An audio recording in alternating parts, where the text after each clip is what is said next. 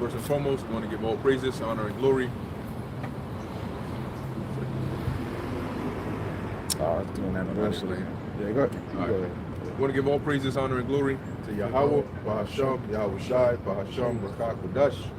Noble honors to the elders and the apostles of Great Millstone, and peace and blessings to the elect. And we're going to go right into it. And we were just talking about this, huh? Yeah, I think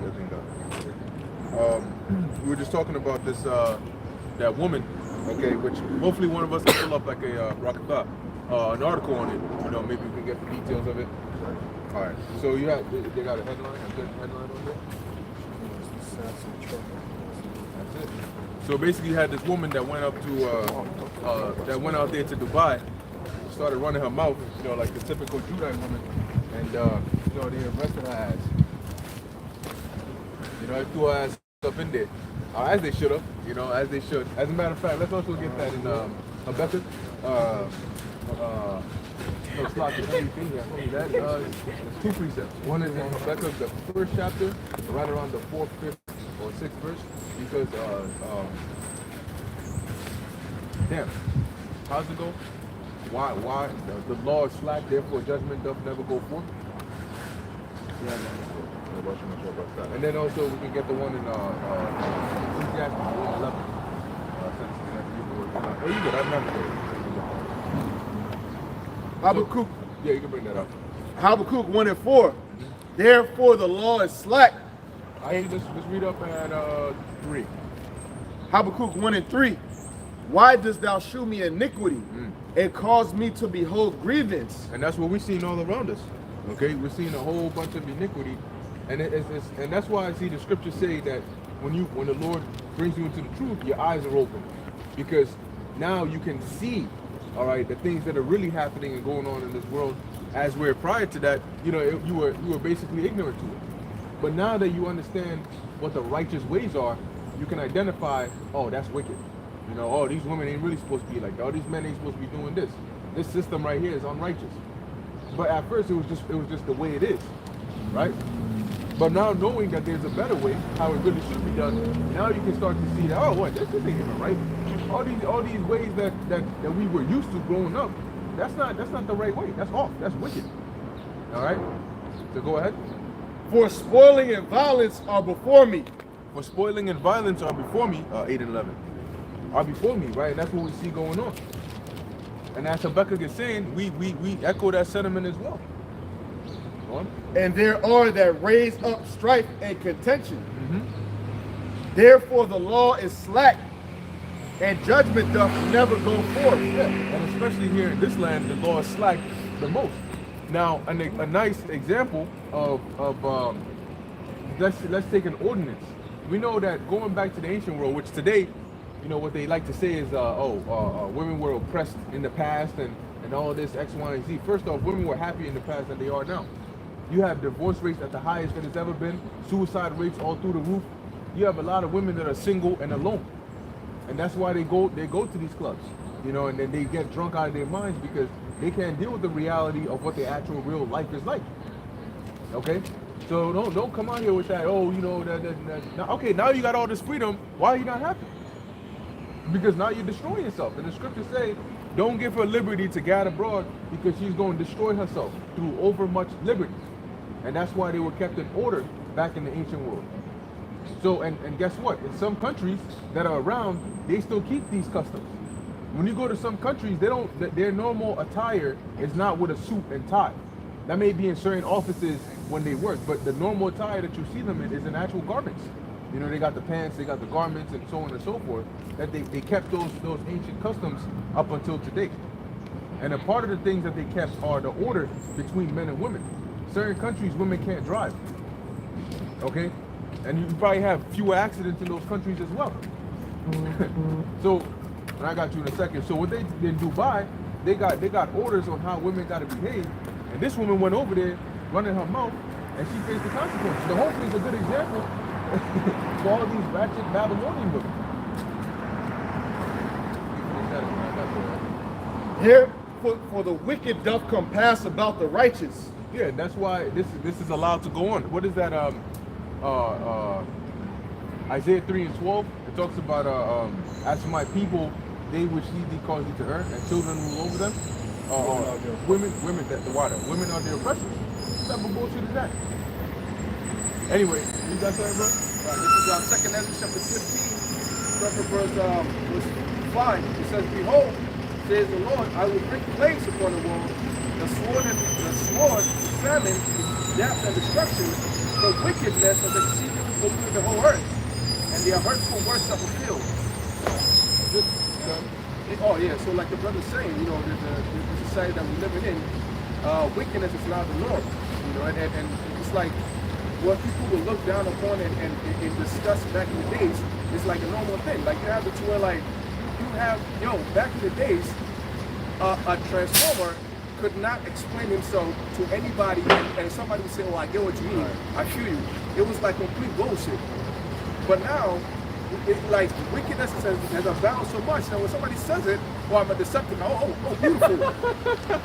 everybody starts laying the red carpet. I'm like, yo, how did the world get to this point? You know, so like the brother's saying, this place is gone, man, and it keeps getting worse and worse. You know, to the point where that's why it has to be destroyed. You know, Hey God. it is supposed to go on. You know. And that's what they are. They are Decepticons. Running around here, transforming this shit. Yeah. You know? Hey, I think even there was a post. One of the brothers made a post, and it's about this man who was sterile all his life, but he's been had a wife with 3 kids. And he's like, wait, hold on, because he just found out he's sterile. He's like, Oh, what? I'm thinking of like 3 guys. Oh my goodness, yeah, you know, yeah. it's like. So all those 3 kids you thought were his? Yeah, it wasn't his. sterile. You know, it wasn't his. And when you go to college, people are defending a woman. I didn't Yeah. Well, there was another video of a woman that was basically, she said she's pregnant, but the husband was really coming to tell her that he had a vasectomy, and she got mad at him because she's trying to pin the blame on him, saying that why the hell did you get a vasectomy? And he's saying, bitch, how the hell are you pregnant? Because I can't have kids, you know. So she's trying to. That's what they do. They try to shift blame, you know. Here it is, you telling her, why the hell are you out here with this other man? And she's telling you, well, you didn't do the dishes last night. So she's trying to make the problem now, the fact that you didn't do the dishes last night, that hurt her emotionally and drove her over the edge. So she had to go talk to another man about it. And that's how she ended up there. And there's a video, I think you sent it to me. You got this woman out with another man, and her quote unquote baby daddy's at home with the kids. And so he finally pulls up on her, he catches her, and she's trying to throw everything at the wall and see what sticks. And now she tells him, oh, but you're my baby daddy, you're not my man. He's like, bitch, what? Then she says, oh, because you couldn't pay the rent. She's like, I pay all the rent. He's like, oh, but it's late. I mean, they're making up whatever it is they can make up. Meanwhile, the shorty got HIV, and then the dude was telling the other guy that she on a date with that you ain't even know that she got the H. And then the other guy's like, so why you with her? He said, because I done got it too, so fuck it. But yeah, this is the corrupt society, man. This is what people see when they think about Jake. You know? Shorty cheating on her man and she's trying to justify it. We gotta get some of them new bylaws up in here, man. Start locking these women up, these crazy psychotic demons. We gotta start locking their asses up in the underwater prison. Got it. Psalms 12 and 8. The wicked walk on every side when the vilest men are exalted. So the vilest men are exalted, and right now you got Esau Edom, profane above all, in high places. And that's why you have the wicked and the abominable creatures walking on every side. You look to your right, there's a Decepticon. You look to your left, there's a creature you don't know if it's a male or female, or maybe it's non-binary, or both. Okay, a Baphomet. You know, these are Baphomet spawns that are running around here, and they're proud of it. Psalm 12 and 8. The wicked walk on every side when the vilest men are exalted. And that doesn't just stand for like Esau, Edom, that stands for the Edomite woman as well, because a lot of those Edomite women preach what? That feminism thing, right? And that is now seeped into our people. That's why you have a woman, I think her name was Eartha Kitt, and she was, I think it was somebody who was interviewing her, and he was asking, would you compromise for a man? She's like, me? Why would I compromise for a man? She started laughing. And that's the mindset that our women have. And there's even a video, this is the spirit that you wanted to talk about this. but there's a video I saw on Instagram, and this was around the time with the Keke Palmer thing. Now I don't know if the video is old or not, but she was, I guess Keke Palmer's a rapper now, I don't know since when. But she was rapping about how she doesn't, part of my language, but she's saying she don't need a man, fuck a nigga where I need him for, I just need a bag. And you see, that's that, like it says, the vilest people are exalted. It's not just Esau Edom, but you know, Edomite women and what they promote that feminism to our women. So now women have that mindset, well, why do I need a man for? I just need the money. So I'll just get him, I'll let him get me pregnant, and I'll just use the kid child support to get money off of him and things like that. Or I could just have my career and be over you, and where I don't need you. Like, what do I need you for? There's that song, I think it's by Rihanna, where it's like, I don't need you, I want you. And I remember doing a lesson about how, you know, as a man, you shouldn't just want your woman to want you, you should want her to need you, the same way like how we need the Most High. Right.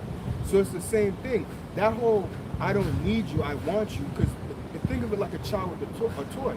You could want something today and not want it tomorrow. And that's how you pretty much are as a man in this society to a woman. You're pretty much a toy. You're pretty much, let's just be honest, a dick for her to fuck. Because that's all it is. She just goes through, they call it the MGTOW movement. It's a lot of people think wrong with it. But you call it, in the MGTOW movement, the monkey branch, where she'll go from you to then to him, then to him, then to him. Swing on them, yeah. Right, and then you wonder why, like you were saying, if you have all this liberty, why are you not happy? Because you as a woman, you have to understand that you are not designed like that. The term is called microchimerism. I think there's two. There's fetal microchimerism, which is the one with the where when a woman gets pregnant, the child that's in her stomach, you know, obviously it's in her body, so that's what bonds her to the child. I forgot how the DNA is connected between them. So that's fetal microchimerism. That's how the child is. That's how the mother bonds to the child. That's why they love him so much. And then you have microchimerism, is when you ejaculate into a woman, and what it goes all over her body. If the sperm travels, remember this is living. You're putting your living DNA in her, so it's moving all throughout her body. They said that scientists have done tests where they find even men's sperm in the woman's ear. Now they weren't doing no freaky shit, hopefully not, but it spread all even to the brain and everything. Why? Because like it says in the scriptures, they shall become one flesh. That woman is now joined unto you, and she is now what? You have, like the Elder Tazarian one says, what? You have now put your programming, your DNA inside of her. That's why she starts to take on your mannerism. That's why even she starts to look like you, because your DNA is now all up inside of her, and now she is becoming pretty much your mirror image of you, and that's how we want to be with the Most High. So when you follow society, and when you're jumping from man to man to man, you are now taking each different man's spirits, right? Because each different man is different. So when you, because remember, women are receivers. We are, as men, are givers, and they are receivers. So wide receiver. Getting traded again, receiving the next ball from the next quarterback. That's it. But yeah, as a woman, when you're receiving different energies, different sperm from different men, you're taking the vibration off of this man. This is why women will always say, oh, why do I like fuckboys? Well, you dealt with a fuckboy, so now his DNA is not in you. So now you're attracted to that. And then we can't, that's on the carnal or the physical level. You cannot forget about the spiritual level as well. So now when you deal with this guy, this is why, and you receive his energy, this is why you're now attracted to a certain type of guy, and why you can't move away from that, because like, I just like this type of dude all the time, because now that energy is in you. So now let's say you try to go to a decent enough man, you can't really function with this guy because you have this other guy's DNA up in you. So now it's two conflicting things. Imagine if like if you was actually like, because that actually happens, a woman is dealing with two different guys, right? You want time from her, he wants time from her. So it's like two different things, like where are you? Where are you? I need you right now. You want to fuck him, he wants to fuck. So it's pretty much that same thing that's going on in her body. That DNA that she received from that first guy is conflicting with your energy now. Where how you wanted to be, because you're a different man, you wanted to be under this vibration, right? Let's use a man of the Lord and like a 2/3. The man of the Lord wants his woman to be a specific way. You got to, you know, at least to the best of your ability, try to dress modest and things like, try not to do this, don't do this, be respectful, watch your mouth, things like that. But the other dude would get crazy and not really give a fuck. He let you do whatever. So now it's, again, two conflicting energies. One wants you to be this way, but because you receive this man's energy, you want to be this way because what? You still have that man's vibration. And now you're trying to receive a new vibration. So it's two conflicting things. Two different kingdoms within a sense, in your body fighting against one another. And what you can't have it be that. The scripture says, can two walk together except if they agree. So if outwardly a nigga and a righteous man can't walk together, how much worse when they both of these spirits are inside of one vessel? Because you have the other guy's ways inside you to where you're used to it, depending on how long you've been with him. So he may have brought you up in a certain way where you think, oh, this is okay, that is okay, right? But and think about it, that could be the same thing with us in the world. We were brought up in a certain way. Peter talks about the vain conversation by the tradition of your fathers. Because like, I'll just use an example of Juve, right? Now this is the thing that that Eastern Parkway thing, you know about it, right? Yeah, how women be dressing all scandals. They be having like these panties and all that. They be dressing a certain way. They be They be having the just the bra or whatever, but they be having like this. I think it goes back to Bacchus or something like that. But they be having like that flower shit on. It be on Eastern Parkway. That crazy shit, right? And them women, if you ever seen it like on Instagram, Facebook, they be winding up on the cops and all that. Yeah. So your woman, if she ever goes there, just know she's winding up on some guy, and then coming to you. And I've actually seen that because I've been around that energy where your woman, right? I'm not gonna say because it'll be a little bit too much, but I've seen women, mothers, wives, go to parties and wind up on another guy. And if you want to know what I mean by wine, if you're not, been around Caribbeans, basically it's a way of dancing where your woman's ass is on the nigga's private area and she's gyrating and things like that. That's what it means. So she's going to parties and shit, doing that on another guy, and then coming late at night to you. And that's how we've been raised. But if you try to tell women, like you were saying, how they will try to make any way to make it seem like you're the fault, that's how people were raised here in America. That's how our people are raised, by these vain customs and these vain traditions. So now they think that, what's wrong with it? There's nothing, but I don't see nothing evil with it. Like the precept, did we bring it out? Since sentence against evil is not excuse. No, we're going. We can Bring it on up? Yeah. You can bring Ecclesiastes 8 and 11. This is Ecclesiastes 8 and 11. Because sentence against the evil work is not executed speedily, therefore the heart of the sons of men is fully set in them to do evil. So, like I said, because because sentence against evil work is not executed speedily. Now, it didn't say that it's not executed, it just said it's not right there on the spot. Right. So because you don't see the Lord bringing the thunder, because that's what people want to see, the thunder and lightning. When is the Lord going to, you say God's going to like this one? I don't see no thunder, no lightning, what's wrong? Right? Everything's cool. So because nothing happens to you on the spot, you think that everything's all good, like you can keep doing it. But there is going to come a day, or there are times where the Lord make you get into a car accident, something bad happened to you, to where it's like, yo, I'm trying to show you that the way you're living your life, I don't like it. You may think it's fine because everybody else fine. Like, your parents used to say, oh, so if your friends jump off a bridge, you gonna do it as well? You may think, and your friends may see that it's fine, but I do not like it. And I'm telling you, because I'm the judge, I can kill your ass.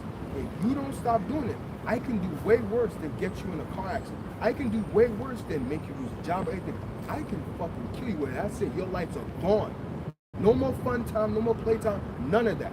Or, there are things worse than that. I can make you get paralyzed, where you can't even walk no more. You could just be a fucking vegetable, just sitting there drooling like that.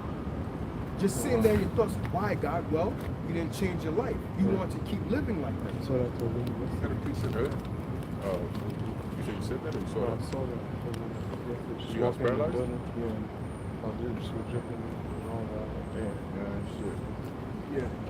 shit. This is Ezekiel chapter 18, starting from verse 4. It says, behold, all souls are mine. As the soul of the Father, so also the soul of the Son is mine. The soul that sinneth, it shall die.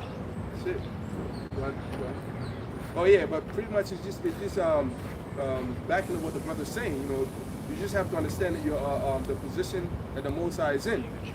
Like you are completely, you belong to Him pretty much, and that's exactly what the scripture just said. So whatever you do, the consequences, it comes from Him. So when you do something, just have Him in mind. Because there's a lot of this mindset of individualism in Babylon, to where people just walk around thinking, oh, I'm my own person. That's why they have laws that allows a child to be emancipated from his parents. You know, your parents keep trying to discipline you like a little bit. You go to court, you know, dip, and you out. You know, but it ain't. So you're out here walking around thinking that that's how your relationship is with the Most High. It's not, okay? It's not, bro. People just need to understand that. Fear the Most High, man, and follow His commandment. That's pretty much all it is, because you belong to Him, and He has complete control over your destiny. You know, like the brother saying, he said, some crazy shit. There's some crazy things in this world, man. If you spend time reading through the news and figuring out what's going on, people have been through some horrible events, you know, and don't think that just because you're on your couch watching on television and the Most High is capable of bringing that shit upon your head. So that's pretty much it. Connected. Go ahead, bro. I was gonna say, Slack, I don't mean to be long, but this is because this is the spirit. Because I was actually gonna do a lesson on this. I was really surrounding around Keke Palmer and really getting on women, because like you gotta understand, the day is coming where you women and how you like to just live your lives and like the scripture say, gather abroad and do whatever you want. I'm gonna copy what Yuval Noah Harari said when free thinking and all that. I'm gonna say how he said that's over. All right, watch how he said it. He was like, free thinking, free thought, that's over. All right, the day where you think that you're gonna be able to do what you want, treat men how you want, that day is coming. What that day really has is over. Because again, if you watch things like the MGTOW movement or just like that manosphere type of thing, men are looking at women now, and before the scope used to be on men where you're the problem, you're this, because you don't stand up for us, you don't fight, you don't support the black woman or anything like that. The scope is on the men. And the men were looked at as like, oh, you guys are a piece of shit. But now with the whole MGTOW movement and things like that, now it's changing to where men are now going overseas for women. And now people are saying, hold on, wait a minute.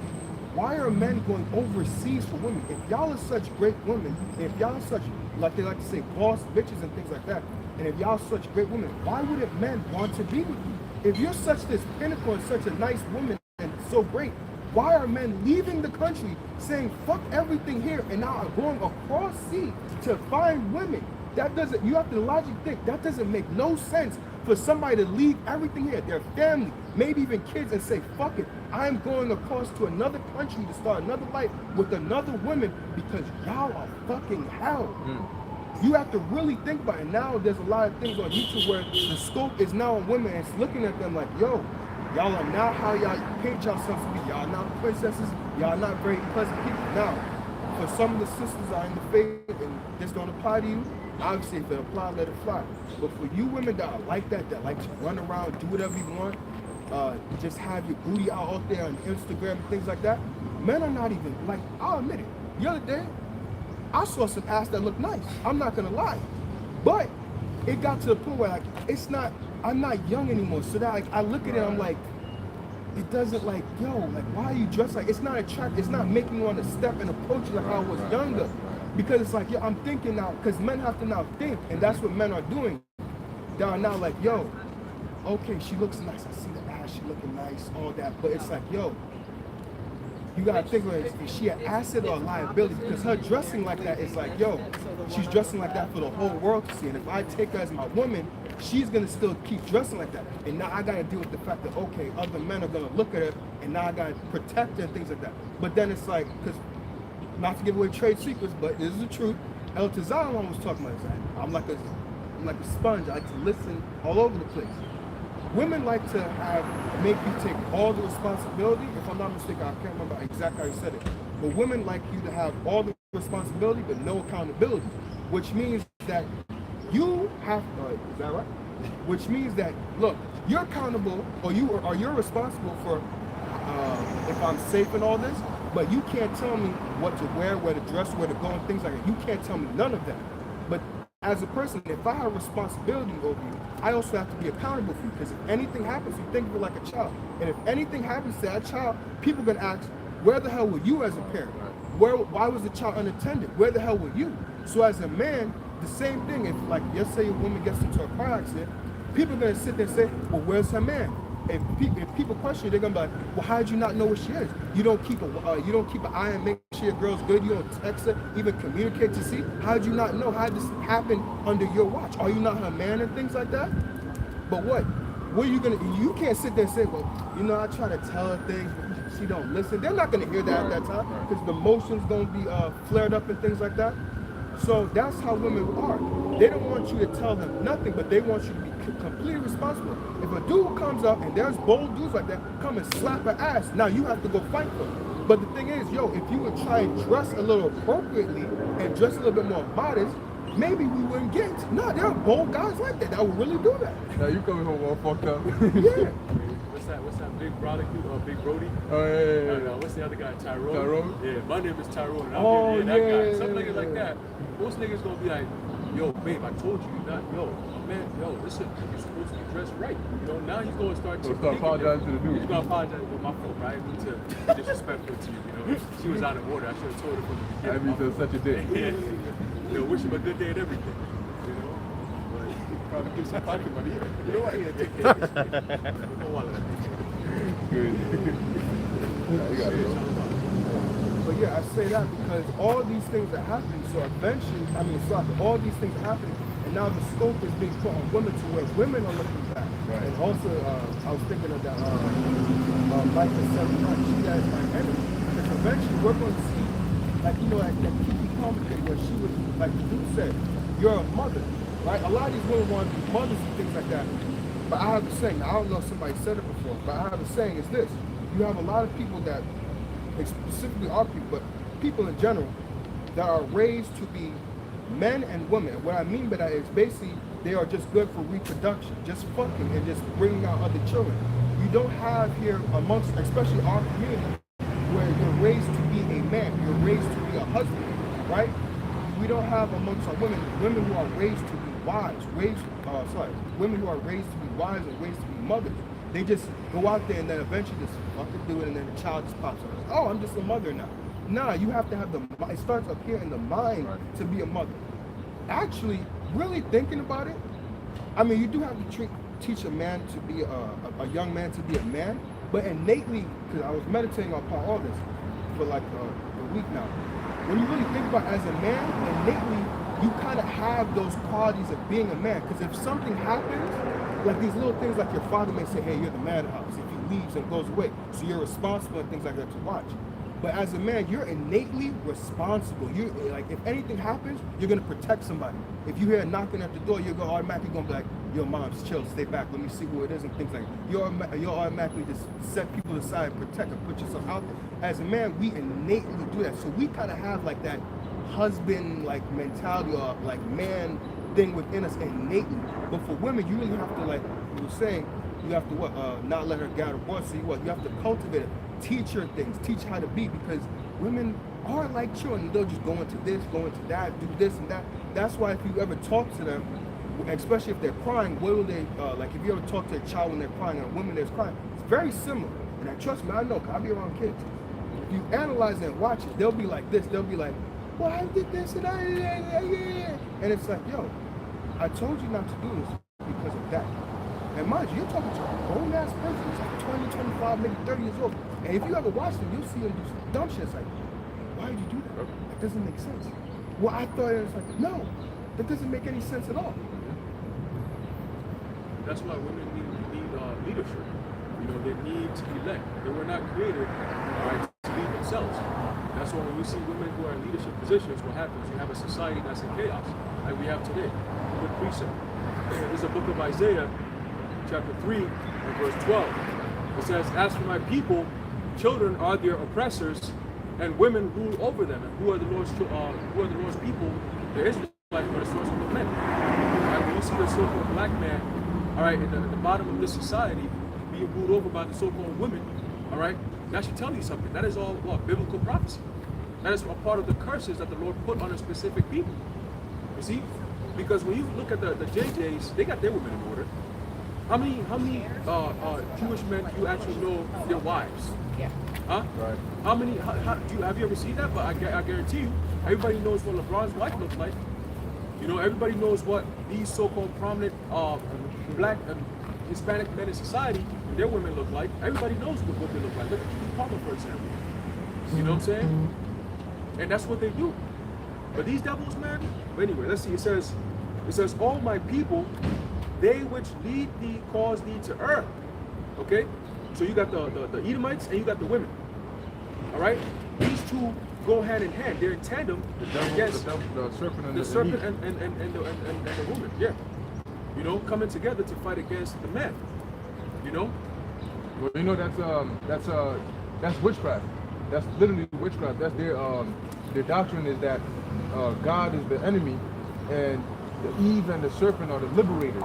That basically, when they disobeyed God's commandment, they broke free of the oppression in the garden.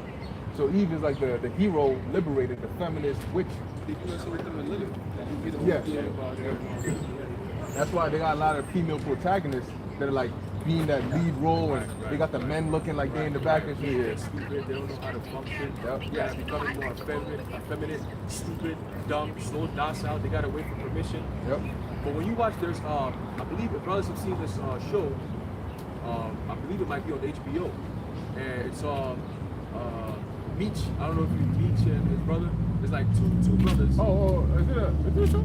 Yeah, They have it's a show. Yeah. Oh, okay. And the father in the show of that family, he you know, of course he falls short and all that, but he's the prototypical image from back in the 50s and 60s. They got the fro, he's the man of the house, he's the one working. He comes home, they all sit at the dinner table, they say a prayer. How many families do you go to nowadays that prays? Yep. That's a very important thing. That's a house of order. And guess what? These elites know that a father, a so-called black man in authority in a household is a very dangerous thing. You see? That is why they have to eliminate the father from the house and then tag team with the mother against the father. Because now you have all this sex trafficking and all this shit that's happening.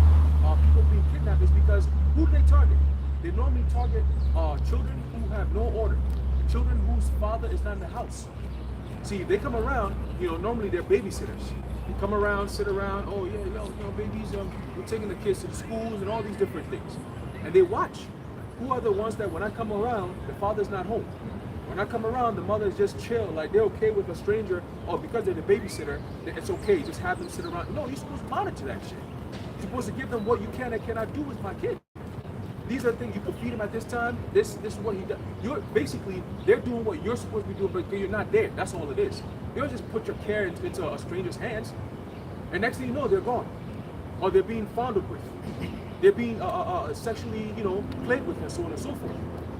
You know, and kids get traumatized off that. Why? Because there's no father in the household. You don't think the devil thinks about these things?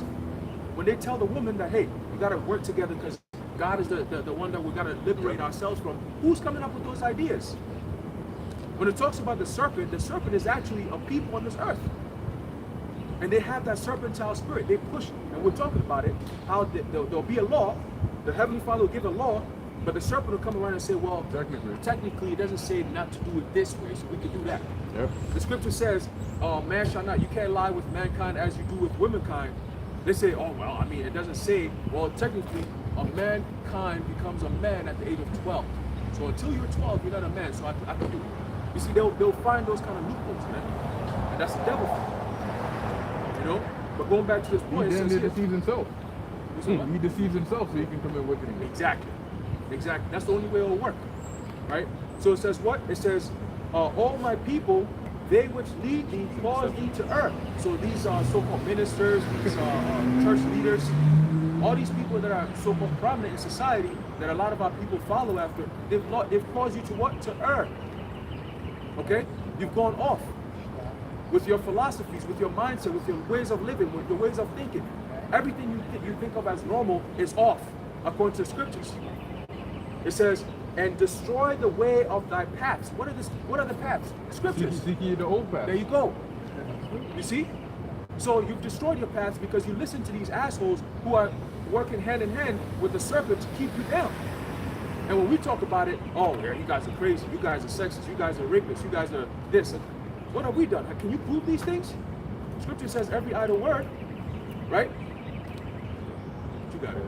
I was gonna say, yeah, just to add to your point, because like again, yeah, we on your ass, Kiki. Just to add to this point, what you have those prominent people in society. Kiki would be one of them, right? You got Lizzo and all that. What's the other chick name? I don't really know famous people. Peter Smith. Well, yeah, she's one of them. She said some weird stuff. I think I can't remember what she Is said. it Ice Spice or something? That's one too. Yeah, the new. With orange hair? Yeah. No. what's it? Cardi B and the other chick, the Megan Stallion. Thee Stallion, There yeah, you go. Yeah, they did the WAP and all that. Now all that imagery, because I forgot, it's been a long time since I went to it, but all that music and vibration, it puts something in your mind. Because remember, our body is like pretty much 80 to 90% of water. And there was even that test, if you look it up on YouTube, what you speak into water and you just leave it for a little bit, I think you like put a plastic covering over there. If you speak good words into it, the water is fine, right? But if you speak like evil words, like I hate you and things like that, the water ends up like black or moldy or things like that. So it's the same thing like the music you listen to. Why do you think when you have people driving, like, yeah, I'm gonna fucking kill nigga, da da da, and then it's like, why do you think when they be around them, they so aggressive and things like that? So it's the same thing with women, right? Remember, she's a receiver. She receives energy. So it's the same thing when she listens to all these musics and things like that. That's why she gets so emotional and things like that. The reason why I'm like, I guess the spirit's on me because I've been recently I was talking to a woman about this, right? And she's like, so what's wrong with the birthday and things like that, right? And I told her, as an Israelite, I don't believe in birthdays and things. That's why I don't tell people happy birthday and things like that. She's like, well, I don't see what's so wrong about birthday. Well, if you go to Job, the first chapter, I think it's like the 5th verse or whatever. If you read in the NIV, it talks about how the Lord pretty much killed Job's children because they celebrated their birthday. And as a custom, yes. That's in the Old Testament. It talks about each one on their day. right? And what do people say when they're on birthday? This is my day. So I'm trying to explain. That pride. Right, yeah, that's all. Look at me, and that really goes back to them Egyptian pharaohs because what? It was to look at them as if they're a god. But when you go into it, I think it's the NIV verse. I think it's verse 5. It talks about, like the brother was just saying, how the Lord killed them because basically it was something that break their birthday. And she was saying something along the lines of how I don't understand how the Bible doesn't say anything about not saying happy birthday. And I was like, well, you just answered your question because the Israelites never celebrated that custom. That's why there is no happy birthday or things like that. Because it's not a custom of ours to follow. And she was like, I think she brought something along the lines of, well, we're living in modern times, right? Well, it doesn't matter because the scriptures say, I am the Lord, I change not. So just because we're living in modern times and things like that doesn't mean that you put away your morals.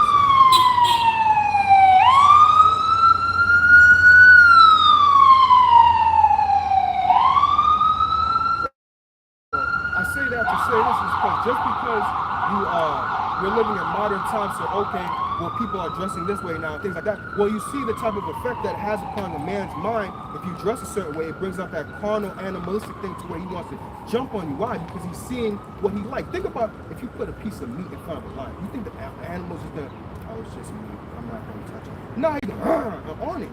So it's the same thing with the man. When he sees you out there with the tight booty shorts or whatever, or the tight yoga pants or whatever, and things like that, you may wear like, I think that's like that sports bra, whatever women you see sometimes wear. That incites a man. Yeah, as a man, yes, we should calm ourselves down. We should, conduct ourselves. But still, that doesn't take away from you. That goes back to like the point you were making where women will, put it on, well, you should just control yourself as a man. True. But you should also control yourself as a woman and hide with your cleavage and things like that. Hide up your body parts because you're practically showing yourself. I can see your panties and things like that. I can see, I apologize for being, but it's the truth. I can see the little lines in your ass, whatever that is, and all that shit, the creases or whatever. I can see all of that shit. I can pretty much see what you look like naked. I shouldn't be able to see that if you have a man. That's why they call clothes the second skin. There you go. Especially when they're wearing it so tight. Like basically you see the whole line of a woman's body. When they're wearing a dress, it's flowy, it doesn't like give you the definition of their body. But I appreciate you asked for that, Joe. Then I think I answered what I said.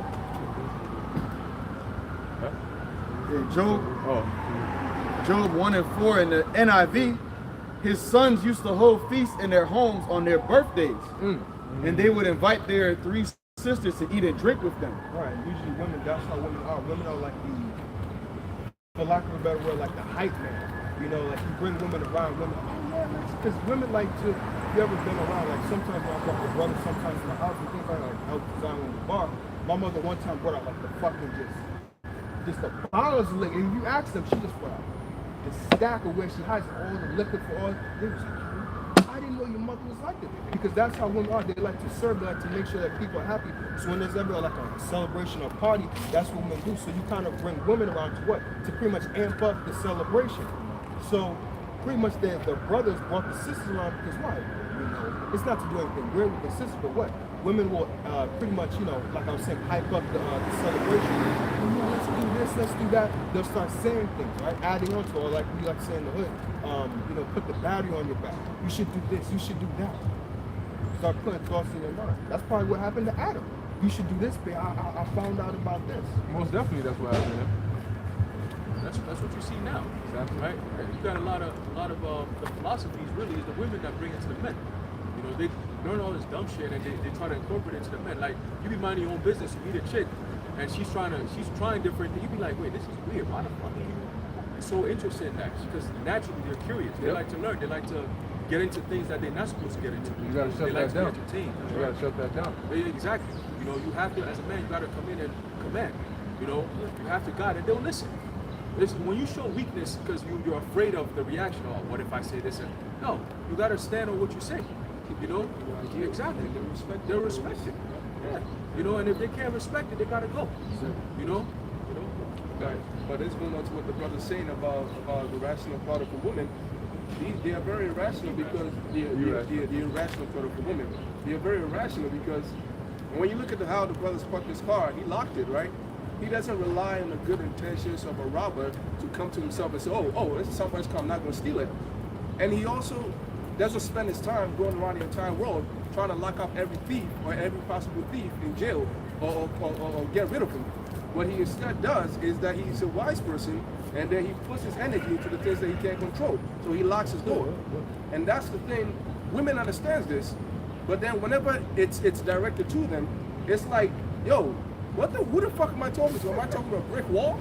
Like, the things, these are the everyday things that we do. There's a reason why you have a lock on your door. There's a reason you lock your car. There's a reason why we have policemen around. Even though we know it's wrong for a person to steal, to kill, we know it's wrong for criminals to exist. So why do we have cops in place?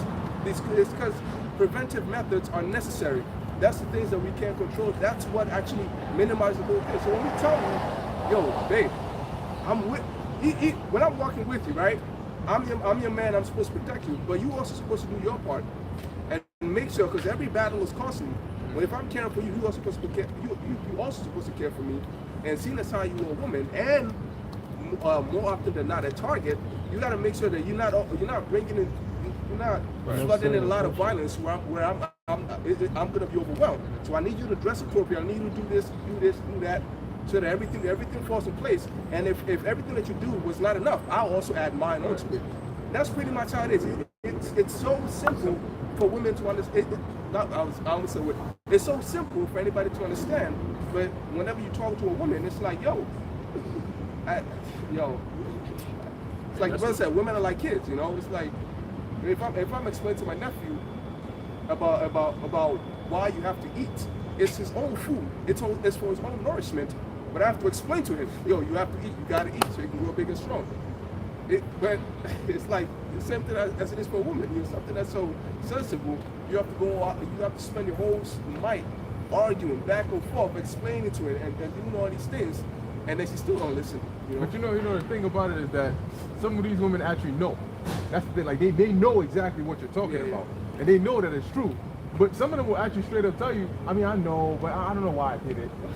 You knew it was wrong. Yeah, I knew it was wrong. I'm sorry. But why did you do it? Because it's that especially the ones that are allowed to run free. You know why they do it? Because they can. Not because they should or they shouldn't. If they can, they do it because they can. Why are you going out dressed like this? If you know, well, I know we can't lock up everybody. I know I wasn't dressed appropriately, so why'd you do it? Oh, because I could. I'm not going to lie to you. I ain't going to hold you.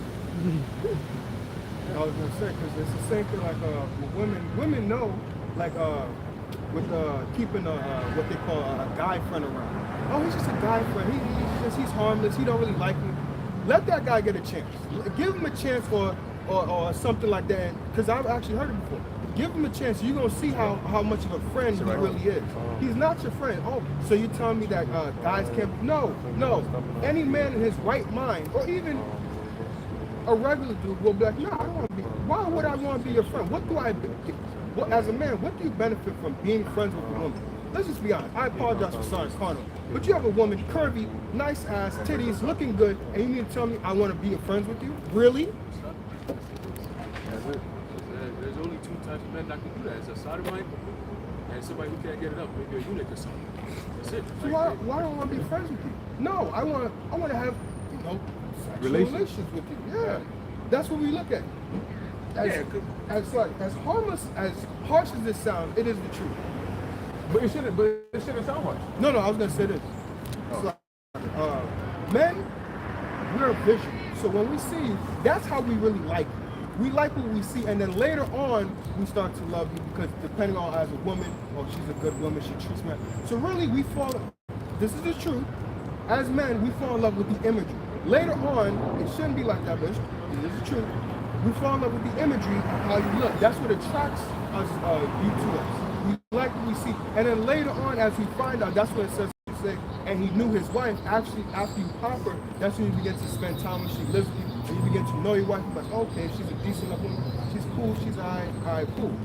That's when later we begin to love you. Women, on the other, are the opposite. They love you first, and then eventually, over time, they start to like how you look and things like that. But really, on the front hand, they really fall in love with you immediately. That's why some women fall so madly in love with a man. We're opposite of each other. It's not the same. Opposites attract. That's it. And how the brother's saying that men are visual, it's like a woman would think that just because a dude call up the street, a man don't gotta worry about it. But here's the thing, right? See, I'm walking in the street. There are millions of people around me, but I only see you. I want to get your number, not everybody else's. I want to get to know you.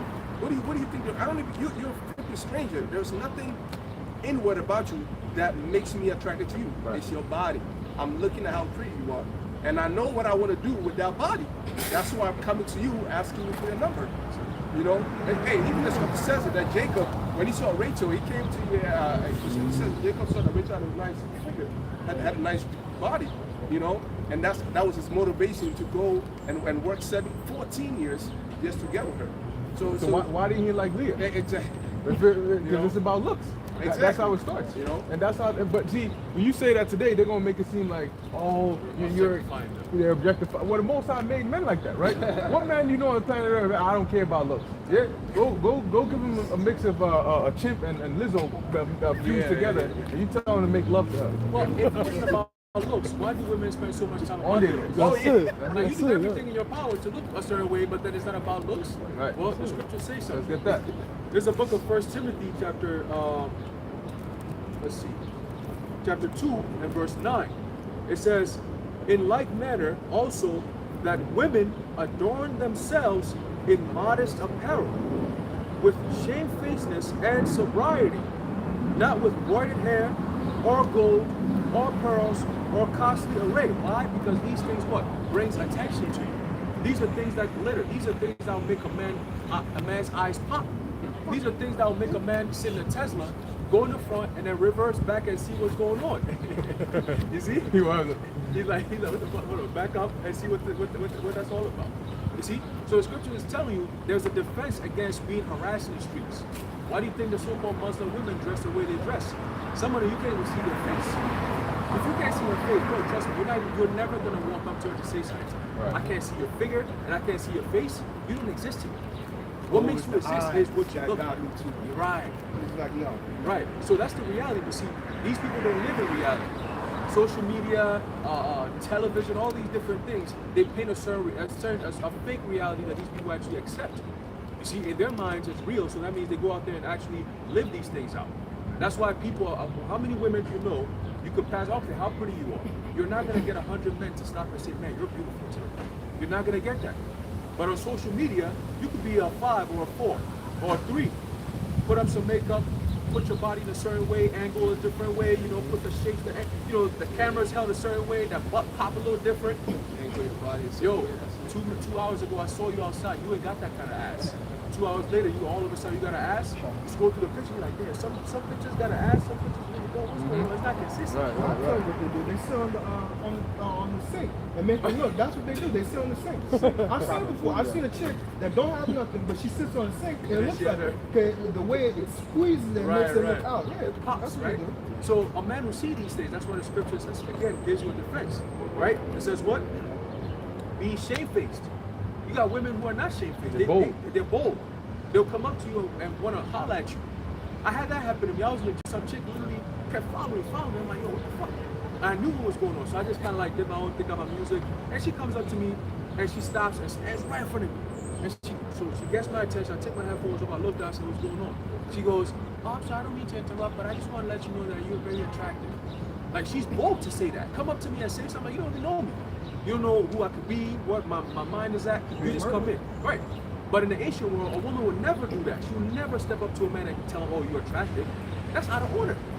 But in today's society, that's okay. You know what I did? I said, thank you. And that was it. And then, you know, she felt some type of way about that. You know? But yeah, the scripture's talking about a man enticing a maid, not a maid enticing a man. Right. Right. That's upside down. Exactly. You see? So it's like, what are we doing here? Right? So it says here, with shamefacedness and sobriety, meaning what? Being sober-minded. Right? You got a lot of women that are not sober-minded because what? They're either on drugs, they're either on alcohol, or smoking, right? Or they're polluted with the bullshit in the society. You're not sound-minded. You know, you're out of order. See? Your mind is not sober-minded, you're out of order. Okay, you start being rebellious. You think that, you know, the ways of the world is what you're supposed to do, and if anyone tells you any different, they're wrong. You see? You're not sober-minded. You're not going to make the cut. Because remember, the Lord is shifting everything to the power of his man. Not any man, his man. You see? The Most High does not consider women as anything of significance. He only does that for certain women, for his men. That's why the woman was created to begin with. You see?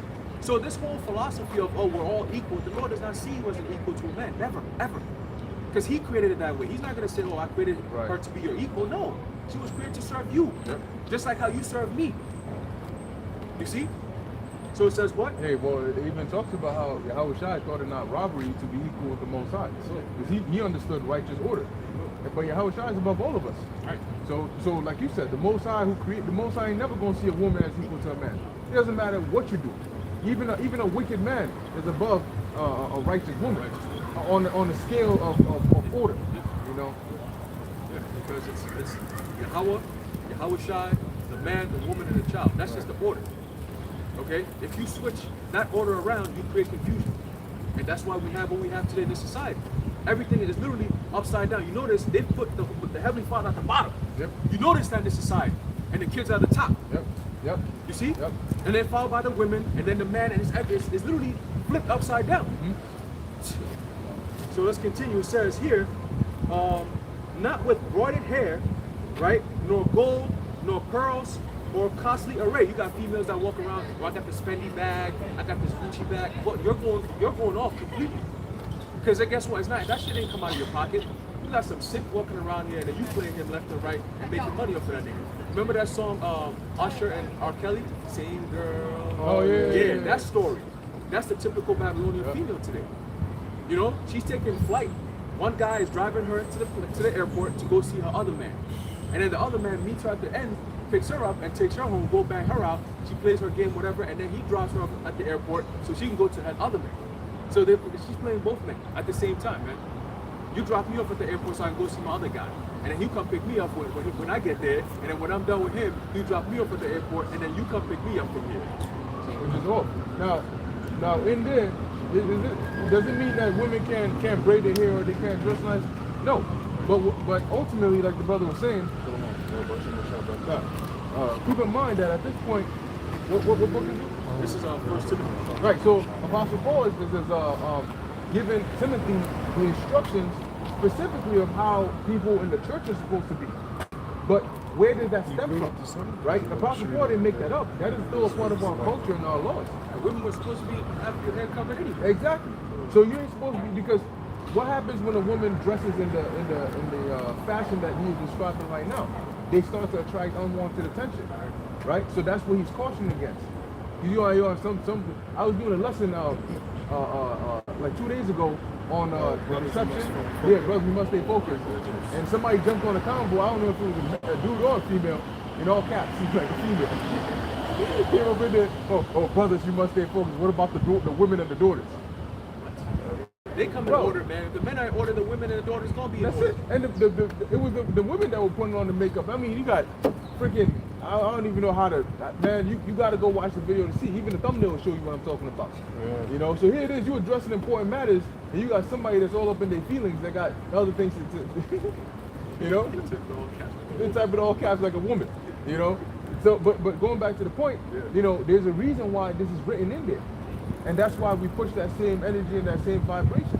Because you know what's interesting is, at the end of the day, right? At the end of the day, it's always when it's too late that they want to repent and get right.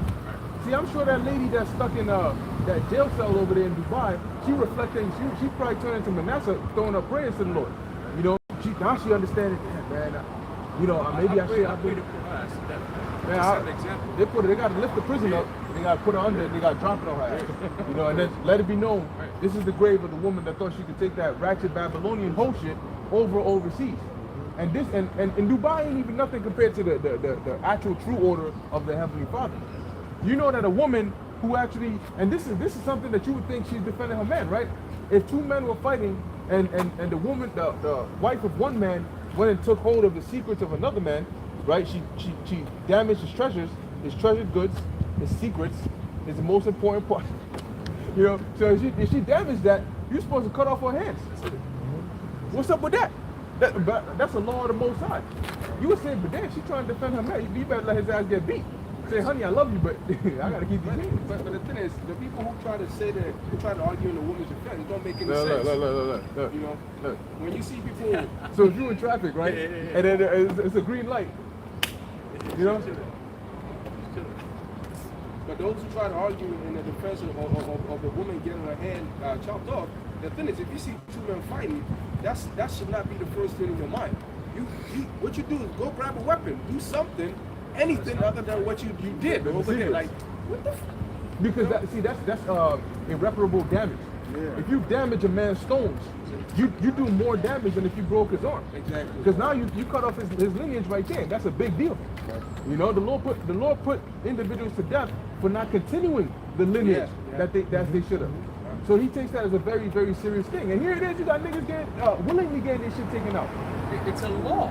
Like, as a brother, you're supposed to actually carry on the Raise up to to your you. brother. Yeah. Exactly. So it's a law. Yeah, and here it is, you got dudes going around willingly talking about, I'm gonna get my nuts removed, and I'm gonna get this and that. So the Most High, man, Yo, and that's a spirit too, though, because we were discussing that last time during class. How Jake, the wickedness that Jake does, they take that idea from the scriptures. Like, they look at the law, oh, I'm gonna break this law. Like, without reading what righteousness is, they would not have any idea. I mean, they would, but they wouldn't have done what they did, except they have known that I'm not supposed to do this. Then they do this. Because when you read through the scriptures, like, there's specific things in the scriptures that you have to actually go out of your way to break. You know, and that's some of the, you know, sickness of Jake, man. Jake just they just want to hear the right thing, so they don't do it. You tell them, yo, don't go there. Oh, what you talking about? This came from there. You know, that's it. Jake is like that. And then I'm not gonna keep you, but you No, I just real quick for Al-Quran when he was bringing up First Timothy chapter 2. I just want to go into where shame faces, right? That's it. Now, some of the definitions, a sense of shame or honor, modesty, bashfulness, reverence, regard for others, respect. Now, I want to go into some of those words because what? Like sense of shame or honor. You don't want to have yourself out here as a woman because you're somebody's man. You represent that man, right? Because the same thing, like when you with your homeboys, right? Your homeboy may say, hey, yo, you with me, man. Don't be acting no stupid shit like that. Don't be, you know, like, I don't want people thinking you some derelict or something. Yeah, relax yourself. So it's the same thing with the man. It's like, yo, because what's going to happen, like I gave an example, if a car crash happens, right? Oh, that's your girl out there, she looking like that? Or that's your girl, she doing that type of thing. And people going to look at you now, right? That's the type of dude you are, that's the type of man you are. You represent it, right? And then I can even go down to the kids. I wonder what type of kids they are. Then if they like that, or if he's like that and she's like that, I can imagine what type of kids. So as a woman, you represent your man. You're supposed to what? Like you said, a sense of shame or honor. You honor your man by being, first of all, respectful unto him. And look, okay, we understand we're in Babylon, you know, the mindset here, it's not going to be perfect, so you work with what you got. Look, if she tries to at least show you that she's trying to dress modestly, cool. But don't be like a fucking bitch and just like, nah, I'm going to just dress however I want. Because if a dude grabs you up, guess who you going to look to? Right. Me. And then what? Now I got to go out there and fight for your honor, but if you would just not put yourself out there, there would be no issue. So you have to have, like it says, a sense of shame or honor. Right? You're supposed to be ashamed that you're out there looking like that for people to see. You're somebody's daughter. You're gonna be somebody's wife, and you're out here looking like that.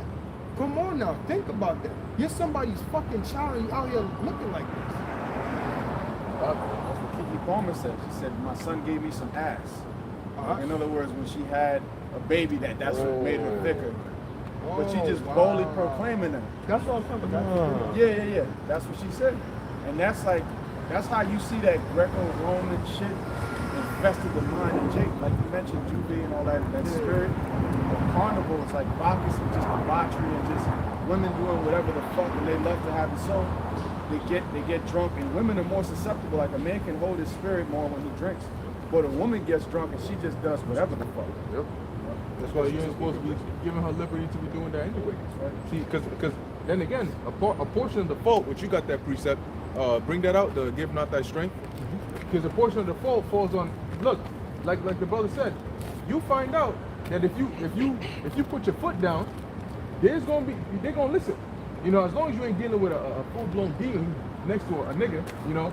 But if you put your foot down, they're gonna get the proper order. And when I say put your foot down, I mean in the sense that if she don't listen, then she can go her way. But when you do that, you instill at least some order in some domain, right? Remember, your household is your domain, okay?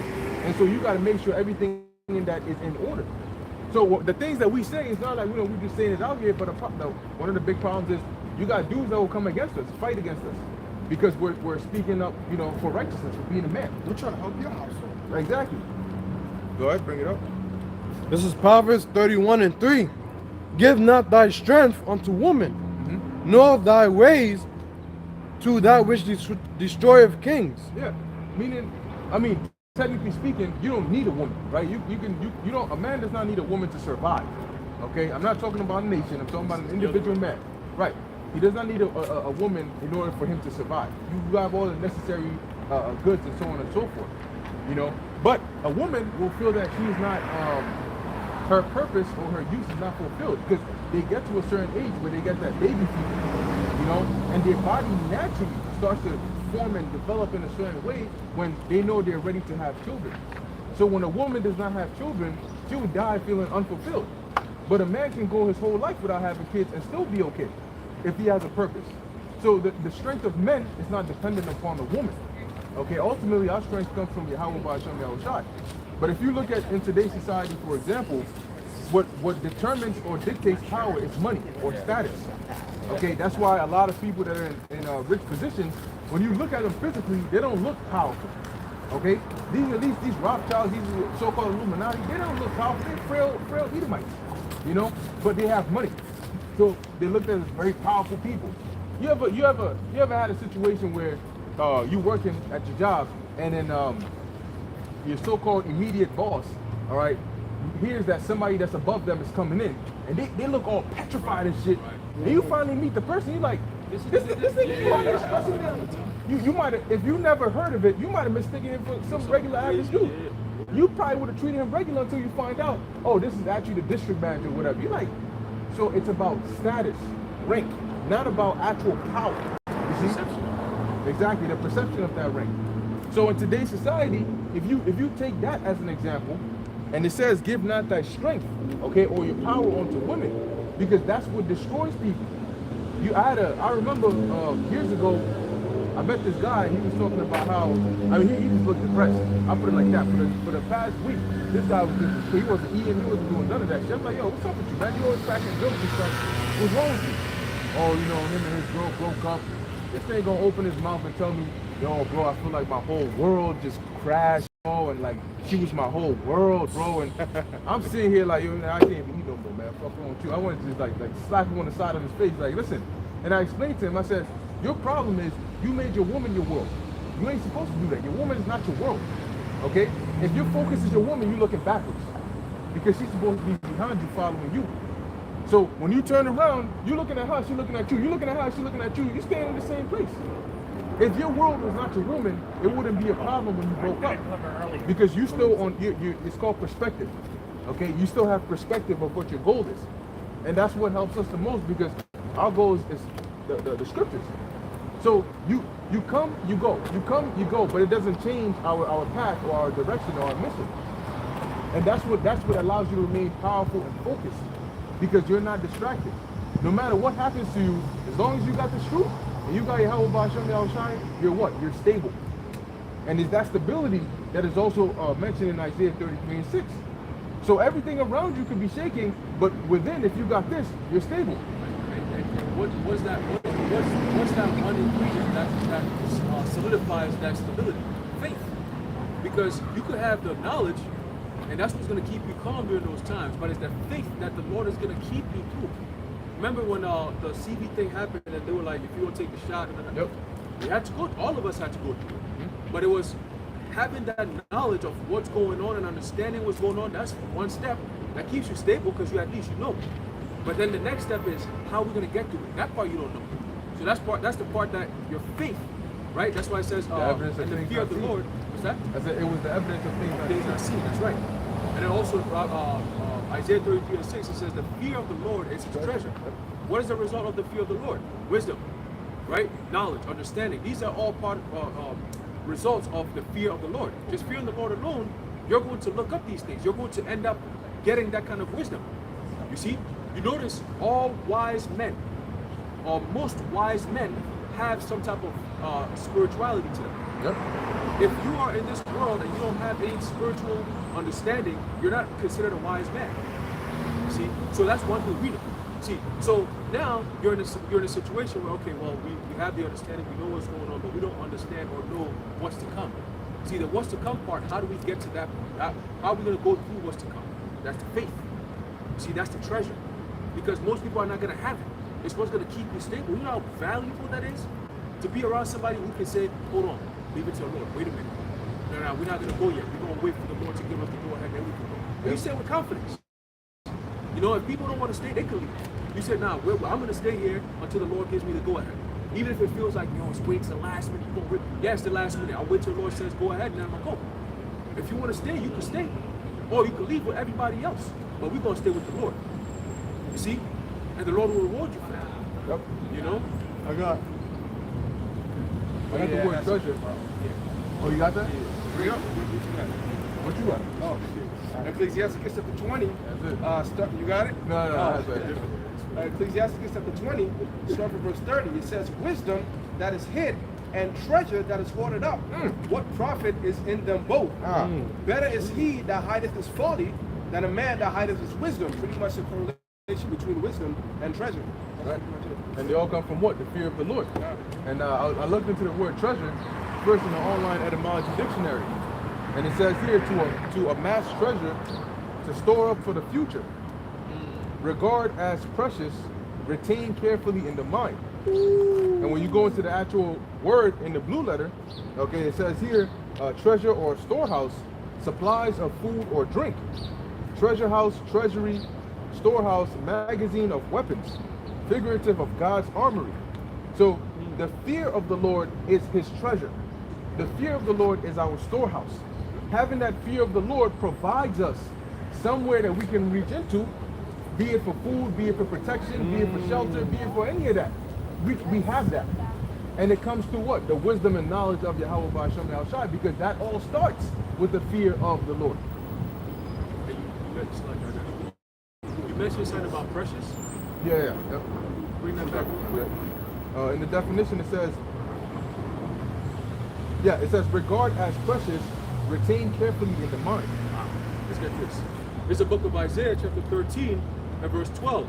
It says, I will make a man more precious than fine gold, even a man than the golden wedge of Ophir. So what is going to make that man precious?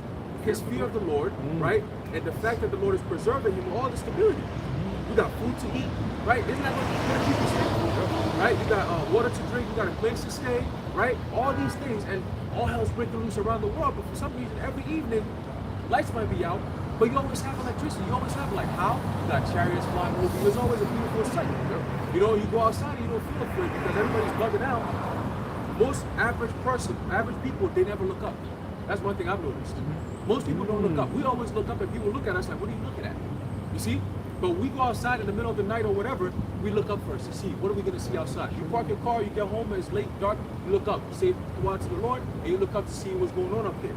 You know? We do that all the time. During the daytime, you be driving, you look outside, you look up, you look just to see. Scripture tells you, look up. I was about to say that. Look up for your salvation. For your salvation draws not. See? There's that movie on HBO, Don't Look I Up. was just about to Yeah, yeah. Don't Look Up, and they were saying like, don't look up. Yeah. And there was a meteor coming that really represents Yahushua. Yep. And they kept saying, don't look up, don't look up. But baby, like the brother said, the scripture says to look up for your redemption drawing. That's it. And what happened when they didn't look up? They sat there, they were eating and chilling and drinking, and then what happened? The destruction came. That's what the scriptures tell you, what's that, Luke 17 and 26. Right? The Lord talks about how this time around is going to be just like in the time of Lot, in the time of Noah. Right? Which is Greek for saying Noah. Yep. See, they did eat, they drank, they married, they give they give themselves into marriage and so on and so forth. That's all the feast of the spirit of Bacchus, like the brother was saying earlier, which is the tradition of America. America's tradition is all about partying and fun and spending money. That's why this place is a capitalist society. It's all about buying and selling, buying and selling, buying and selling. You know, distracting yourself with foolishness. You know, Jake is a whole fool. Complete fool. You know, but you got it. Sirach 23 and 27, and they that remain shall know that there is nothing better than the fear of the Lord, and that there is nothing sweeter than to take heed unto the commandments of the Lord. And a few verses up, it mentions the judgment of a whore. The inquisition will be made of her children. Basically, everybody that sees that judgment will know there's nothing better than to fear the Lord and to not do that. Just like when Americans judge, the other nations will see. This is not the way to be. They're going to fear there's nothing that there's nothing better than to follow Yahweh Hashem Yahushua. And that's the spirit too, because like sometimes you feel alive, you feel as though you found the elixir of life. When you know you're on point, when you're on point, you feel untouchable. You can like fucking jump up a test or do that. You know you ain't gonna die. You know? That's what happens when you're on point. But linking up what the brother was talking about, how the wisdom is treasures and how treasures like a storehouse. When you consider a city that's being besieged, right? One of the things the main thing that helps a city survive a siege is their storehouses. How much food do you have stored? Because that invading forces, it costs money. It's taxing on the economy to wage war, because they have to bring all the army over and they have to maintain a supply line. So they have to leave some of the army behind and leave like a trail path, a road for people to keep sending their money from the country anyway. So how long can your food last until theirs can't? How long can your food last until diseases kick in? Because they live amongst each other. They have a camp set up, but it's not a proper habitable environment. So how long can your food last until diseases kick in, until rats bring in diseases and all these things? How long can your food last? Exactly, until fucking bandits start coming in and I see 20 pounds of rice always coming in. Oh, let's ambush this. How long can your food last until people start attacking these nations and eventually the siege is gonna last? And I was actually reading on this on siege warfare. And it all comes down to your food, the most important. You cannot hold a siege if you don't have storehouses. If you defend yourself from the siege and there's no storehouse, you gotta leave that shit behind, or you gotta surrender. And that's pretty much it. Just to land back off the brother's point real quick, I know the wall. It reminds me, what you said reminds me of like the storehouses with Joseph during the time of Egypt. And really you could say, well, the food preserved them, but really it was the wisdom of the Lord that was with Joseph. You know, that preserved them. And then that led to the right decisions being made. Okay, we're going to take heed to this vision. There's going to be 7 years of famine. We're going to take the storehouses. And everybody in Egypt eventually became slaves to Pharaoh, you know, because of that wisdom. But they ultimately needed the man of the Lord present, which was the spirit of the Lord to really preserve Israel when they came back. The boy go ahead and tell them Philippians, this is Philippians chapter 2, verse 12.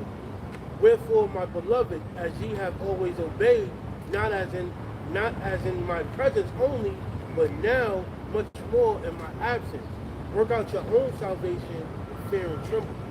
So that was just me backing up the brother when he was saying how the treasures of the fear of the Lord is your salvation as well. So, No, I just had two precepts speaking on treasure.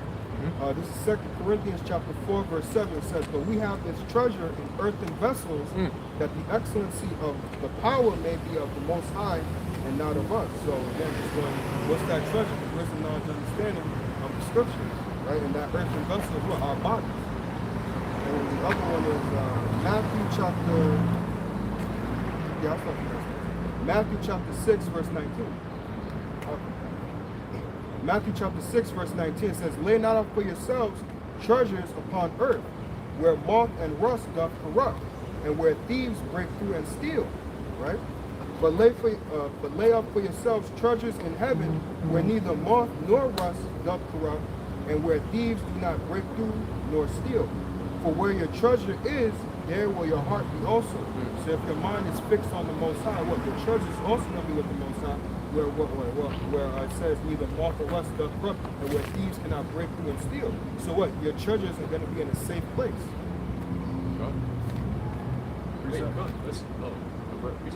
Bring us out, Sirach 41 and 13, "A good life hath but few days, but a good name endureth forever." And that's the name of Yahweh Hashem Yahushua. And the men that serve that name, their reputation is going to go on for eternity, because they're going to have the eternal reward, the crown of life. It says, 14th verse, "My children, keep discipline and peace, for wisdom that is hid and a treasure that is not seen, what profit is in them both?" And that's why we have to come out and also profess the wisdom. Right. As the Lord mentioned that if you have a light and you hide it, you know, that's a wicked thing to have this knowledge and to not come out and profess it. You know, so part of having that wisdom, and that's why the Lord took men's oil, a lot of them, because they weren't willing to come out and pay it forward by teaching. Right. And I was going to say real quick, the elect, when you go into the scriptures, right, the scriptures talk about the Lord giving one of the titles for Israel is what? Zion, right? And Zion is what? To Zion one in the Hebrew, which is what? Monument, which is a treasure, right? So ultimately, the elect are the treasure of the Lord. And then guess what? Right here, in the book of Revelation, chapter 3 and verse 10, this is what the Lord said he's going to do to keep that treasure, right? Remember, Isaiah 33 and 6 says what? "Wisdom and knowledge shall be the stability of thy times, and strength of salvation, the fear of the Lord." So the brother brought out that precept about what?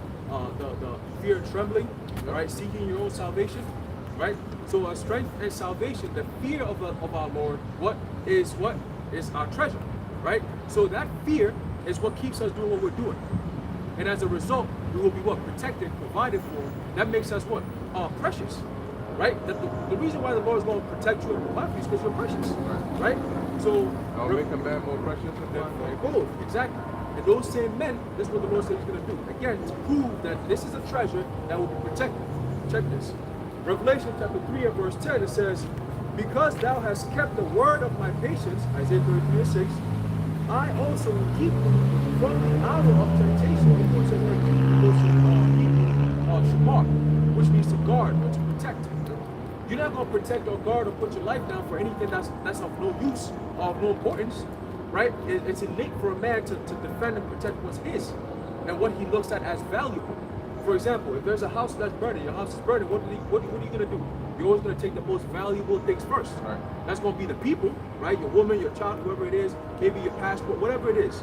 And you grab it and then you out of there. Everything else, fuck it, right? It's the same thing with the nation of Israel, the elect, starting with the men as the Lord's treasure.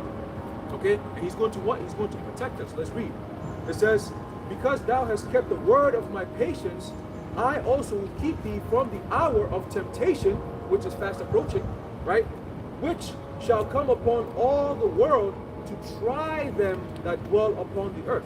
So it's a trial. It's literally a trial of your life, of your faith, a test of faith.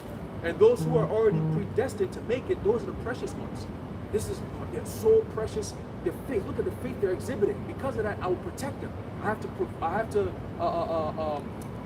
maintain that protection over that precious elect. You see? So if you're of that mindset, you know the Lord going to take care of you. You know what I'm saying? It's already predestined. All right, it's already a built-in package. Exactly. That when you get to this point, this is what you're gonna get. The Lord already said it through Isaiah. He said, "My servant shall eat, my servant shall drink, my servant shall sing for joy of heart." Yep. You see, it's already prophesied that's gonna happen. So those servants, all right, that you see, we're going to be doing these things when those times come. And that time's going to be what? The time of the hour of temptation. That's what we're going to be standing because we don't have what people don't have. Isn't that going to make you precious? To have what people don't have? Right. So guess what? We're not going to have to protect how precious we are. The Lord has to do that protection for us. Because we're not only going to be sought after by women, we're going to be sought after by these elites as well. See, the women are going to want to be with us, the men are going to want to kill us. You see? So the Lord says, no, these are my precious. I'm going to protect them. Heavenly protection. Okay? Till the cause thy mighty ones to come down. You see? So we already have things going on for us. As long as we maintain, all right, our faith in the Lord, hey, we're going to be good, man. You know, and anyone who's with us in the same mindset, in the same spirit. Oh, just a precept to back what you're saying. This is Malachi chapter 3, verse 16 and 17. And I'll read verse 17 also in the NLT. But starting from verse 16 says, Then they that feared the Lord spake often one to another. And the Lord hearkened and heard it, and a book of remembrance was written before him for them that feared the Lord and that thought upon his name. Verse 17 is the point. I'll read it also in the NLT. It says, And they shall be mine, saith the Lord of hosts, in that day when I make up my jewels, and I will spare them as a man spareth his own son that serveth him. And I'm reading the NLT as well. It says, it says, they will be my people, says the Lord of heaven's armies. On the day when I act in judgment, they will be my own special treasure. I will spare them as a father spares an obedient child. He's going to look at you as what? As something valuable. If you, like you were saying, if I look at something valuable, I'm going to make sure that's kept, protected, watched, like the Hebrew word shamar. I'm going to make sure, because think about it, like if you value something, right, you don't want it to get stuffed, you don't want it to get dirty, so it's the same thing how the Lord's going to watch over his elect. He's going to make sure that nothing touches them, because he don't want no scratch, no nothing upon them. And whoever is else with them, it's going to be the same thing. Malachi chapter 3, verse 16 and 17. That's your son? Yeah, kind of. Oh, and also the mention of righteous man being more precious than fine gold, which one of the meanings that can be applied to is scarcity, right? It's how like a righteous man is going to be scarce. But the scripture speaks about in Ezra, the second chapter, when Ezra was having a conversation with the angel Uriel, he was talking about how there are so many souls that the Most High has created that the earth can't take over the most. So here it is. This is like a slight insight as to logistics of Yahweh. Like the billions of souls, I don't know if you know, probably trillions, but the billions of souls that he's created, and he's invested in all of them. Now what happens when their time comes and you only got to worry about just a few of those people? Like that means we're gonna get a lot of things. Right. Exactly. We're gonna get abundance, and all the things that we weren't able to do, we're gonna be indulging ourselves in abundance. Hey, did I hear Yahushua say something like that? He said, the world laughs now and ye weep, but soon he gonna be laughing and they're gonna be weeping. Yeah, so it's like the table's gonna turn. Yeah, it's like when you got a store that is going out of business. Pretty much. I mean, not everybody just takes. I mean, you might as well just take whatever you can carry. If you know, it's pretty much over. Yeah, I got you. And then when you finally go there, you're the only one there. So everything's yours. Everything's yours. So as long as you carry it. As long as you carry it. That's it. All right. Yeah, tell my real quick. I got it. I'm so sorry. Precept after brother, he said, this is 2nd Ezra chapter 2, verse 26 and 27. It says, As for the servants whom I have given thee. Yep, I was thinking about that. There shall not one of them perish, for I will require them from among thy number. Be not weary, for when the day of trouble and heaviness cometh, others shall weep and be sorrowful, but thou shalt be merry and have abundance. There you go. And that's the key part right there. You're going to be merry, which links up with Isaiah 65 and 13, 14 on down, about singing for joy of heart. And it says what? We're going to have an abundance. So I always make this point that, look, the Lord is the God of resources. Why do you think everything is made in abundance? Why doesn't one tree bear only one fruit? You know how much fruit can come off of one tree? So the Lord... Years and years and years. That's it. The trees don't die. And the trees, they had. So the Lord always makes sure that he provides everything in abundance. The number of spirits that are on the earth can produce enough sufficient for that and then some. So the Lord is a God of resources. So when he says that we're going to have an abundance, I mean, take a couple of instances in which the Lord has done something. For example, okay, when He delivered us in the from the hands of the Egyptians, okay, to go through the Gulf of Suez, and He parted the whole thing completely. Okay, when the Lord rained down manna from heaven, when Elijah asked for the Lord to bring down fire to burn the sacrifice, He burned the sacrifice, the altar, the stones, the water, all of it. So when the Lord does, He got to hold Himself back, but even still, it's more than expected. So that means that it doesn't mean that you pray to the Lord and here it is, once every 3 days He gives you half a can of tuna. You know, and you struggle and say, oh Lord, what about the water? Oh, you gotta wait 5 days for that. You know, that's not what it means by abundance. Okay? The Lord is gonna give you an abundance to where you're gonna be satisfied beyond. How did Yahushua feed the multitude? He didn't feed them to where everybody just barely got a piece. You know, you got to scale off of the fish because I gotta preserve it for everybody. No, He fed them to where they were full, and then there were still leftovers. That's what they followed them. And that's why they followed them. So when it comes to having an abundance, we don't have to worry because the Lord is going to take care of us. When He says He's going to take care of us, He's going to do it. And when you think about all the different possibilities, the scriptures give you an insight into a few of the works of the Lord. But think about why Satan tempted Yahushua to turn stone to bread. If it wasn't a possibility, why was He saying it? Now imagine all the stones that are out here on the street. See, if you think like that, you calm yourself down. You're saying that the Lord could just turn, He could manifest. He had an angel bring Elijah food, and the food was prepared. You know, He had ravens bring Elijah food, the widow woman. So, I mean, the Lord literally has creative methods of providing for us, just as He has creative methods of putting people to death. You know, so when the Lord says, don't worry, man, He means exactly that. Don't worry, I got something special for you. Luke 6:20. And He lifted up His eyes on His disciples and said, Blessed be ye poor, for yours is the kingdom of God. Blessed are ye that hunger now, for ye shall be filled. Blessed are ye that weep now, for ye shall laugh. Right. And that's the spirit that we come in. You know, we're in mourning and we're in sorrow. Even though we have the joy of Yahweh Shem Yahushua, we have to witness all His wickedness. But we understand that ultimately we're going to be the ones to rejoice. He who laughs last laughs the hardest. Your assignment, right? So, That's it, right? Hey, sometimes you do break down and straight up weep unto the Lord, you know? But the rest of the world, they rejoicing right now. Right. They living their best life, like they say. And Saturday afternoon, look where we at. We out here enduring and laboring. You know what I mean? This is not even a compensation, a physical compensation. We get paid building out, we're going up to heaven, but it's still work. Right. And nobody put us to this task but the Spirit. And we gladly accept the task at hand. Right. Hey, that's like the that you brought out, right? Seeking out your own salvation with fear and with trembling. That's what we're doing. We're seeking out our salvation. yeah, I was going to bring out a quick precept, going back to the point we're making about how Shai fed the multitude. But even more so on a higher level, dealing specifically more of the elect, right? The Lord is going to provide for us in abundance, and I'll give an example, an account of this happening before. Okay? There's the book of John, chapter 21, starting off at 1, it says, after these things, Yahushua shewed Himself again to the disciples at the Sea of Tiberias, which is basically another name of, say, the Sea of Galilee. It says, and on this wise shewed He Himself. There were together Simon Peter and Thomas called Didymus, and Nathanael of Cana in Galilee, and the sons of Zebedee, and the two other of His disciples. Simon Peter saith unto them, I go a fishing, or I go a fishing.